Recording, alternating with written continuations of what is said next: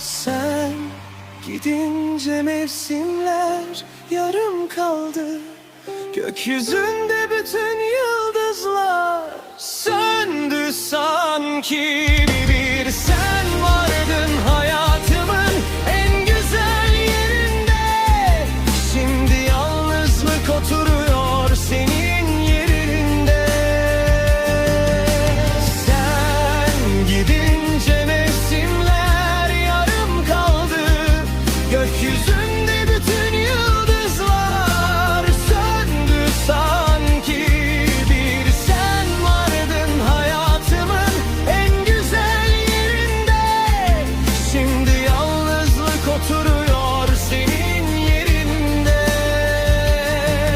Şimdi yalnızlık oturuyor